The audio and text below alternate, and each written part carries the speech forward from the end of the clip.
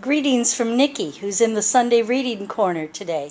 Sunday Reading Corner includes a surprise this morning.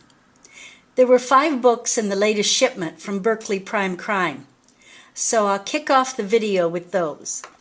Queen Anne's Lace is the latest China Bales mystery by Susan Wittig Albert. China finally has to admit the shops are haunted when she hears a woman humming an old Scottish ballad and smells the scent of lavender. Her investigation leads to the tragic story of a young widow. I started with this book from Berkley Prime Crime because it's the only one out in hardcover.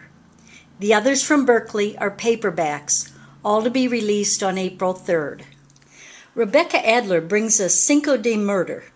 Tourists are pouring into Broken Boot, Texas for the Cinco de Mayo festivities. Josie Calhoun's Uncle Eddie is participating in the charity chili cook-off. But when a rival chef is found dead in Eddie's tent, Josie teams up with her spunky chihuahua and the town detective to find the killer. In Juliet Blackwell's A Magical Match, Lily Ivory's fiancé steps in to defend her when a figure from her past shows up and threatens her. But when the man is found dead, Lily's fiancé is the primary suspect. But when she sees him in town, despite the fact she knows he's in jail, Lily wonders if there's a doppelganger out to frame him and ruin their upcoming wedding.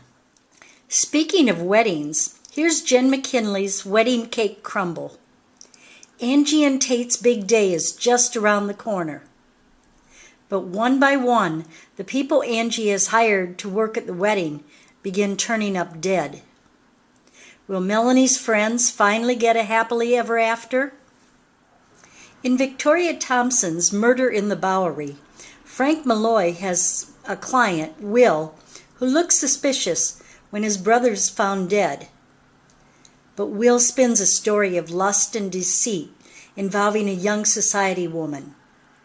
Now Frank must navigate an underground web of treachery to find answers. What am I reading this week? When Juliet Blackwell's A Magical Match arrived, I realized I'd somehow missed the previous book. A toxic trousseau finds late Lily Ivory's familiar, Vietnamese pot-bellied pig Oscar, the subject of a lawsuit after he headbutts a customer. When the woman ends up dead, Lily needs to clear her name. I'm also one book behind in Anne Cleland's Doyle and Acton series. Murder and Misdirection is out, so I'm catching up on Murder in Shadow, a story involving shady dealings in Acton's family and the police force. Poison Pen is celebrating Ian Rankin in September, when he'll be the guest speaker for a 2-day conference. I'm reading Knots and Crosses, Ian Rankin's first Rebus mystery. In this one, Rebus is caught up in the search for a killer who abducts young girls, kills them, and taunts the police detective by sending him knotted strings. And what's March without a basketball book?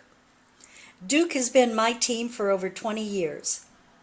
I'm reading a library book, Duke Basketball, 100 Seasons, A Legacy of Achievement, by Bill Brill with Duke University, and a foreword by Coach Mike Krzyzewski. It's over 14 years old now, but it still covers a number of the players and the history of Duke basketball. I'll still read it.